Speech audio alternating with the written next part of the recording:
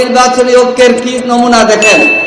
একদিকে ৭১-এর বীর কর্নেল অফসরবাদ অলি আহমদ বীর বৃক্ষ, আবার জুলাই যোদ্ধা নাহিদ ইসলাম, আসিফ মাহমুদ সজীব, হাসানাত আব্দুল্লাহ, আক্তার হোসেন আছে কিনা? জনাব আক্তার হোসেন দাড়িপাল্লার প্রার্থী, কিন্তু ভোট দেবেন কিসে? এখানে ৭ লাখ কোটি। আমরা বাংলাদেশকে মুসলমান, হিন্দু, বৌদ্ধ, খ্রিস্টান সবাইকে নাগরিক হিসেবে সম্মান দিয়ে একটি সম্প্রীতির বাংলাদেশ গড়ে তুলতে চাই। সংগ্রামী ভাই ও বন্ধুগণ, আমাদের জোটের প্রার্থী আক্তার হোসেন বক্তব্য দিবেন। এখানে আমাদের অনেক দিন নির্বাচনে দায়িত্ব পালন করেছেন প্রার্থী জামাত ইসলামের রংপুর মহানগরে আমির মাওলানা আজম খান, কি বলেন? এবং জুলাইতে দিন ভূমিকা রেখেছিলেন, অনেকবার জেলে গিয়েছেন। কিন্তু আমরা জুলাই যোদ্ধাদের প্রতি সম্মান দেখিয়ে 11 দলীয়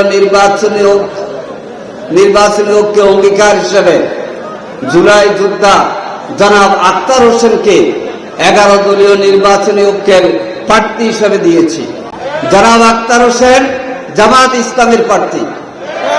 জনাব আক্তার হোসেন 11 দলীয় নির্বাচনী ঐক্যের সকল দলের প্রার্থী। জনাব আক্তার হোসেন দাড়িপাল্লার প্রার্থী, কিন্তু ভোট দেবেন কিসে? এখানে ৭ লাখ কোটি। মার্কা কি? আরো জোরে বিজয়ের মার্কা, স্বাধীনতার মার্কা, আধিপত্যবাদ মুক্ত বাংলাদেশের মার্কা। আমি সকলকে অনুরোধ জানাই, আমাদের অনেক নির্বাচনী কর্মী এখানে আছেন, আজম ভাই কাজ করেছে, মনে কষ্ট পেতে পারে, কিন্তু আমির জামাতের সিদ্ধান্তে 11 দলীয় নির্বাচনী ঐক্যের সিদ্ধান্তে আমরা জুলাই যোদ্ধা আক্তার হোসেনকে ৭ লাখ কোটি মার্কা এখানে বিজয় করতে চাই। কি বলেন আপনারা? আসুন, ঐক্যবদ্ধ বাংলাদেশ গঠনে আমরা এগিয়ে যাব একসাথে। আমাদের নির্বাচনী ঐক্যের কি নমুনা দেখেন। একদিকে ৭১-এর বীর কর্নেল অফসরবাদ অলি আহমদ বীর বৃক্ষ, আছে কিনা? আবার জুলাই যোদ্ধা নাহিদ ইসলাম, আসিফ মাহমুদ সজীব, হাসানাত আব্দুল্লাহ, আক্তার হোসেন আছে কিনা? সাদিক কায়েম আছে কিনা? SM ফরাদ আছে কিনা? আমরা সবাই এক। কি জন্যে? দেশের স্বার্থে, আধিপত্যবাদ মুক্ত বাংলাদেশ গড়ার স্বার্থে, পেশিবাদের বিরুদ্ধে আমরা সবাই ঐক্যবদ্ধ। আপনারা জানেন এই কাউনিয়াতে অনেকে আহত হয়েছেন, জেলে গিয়েছেন। আল্লামা সাইদির মামলার প্রতিবাদ করতে গিয়ে বল নাই?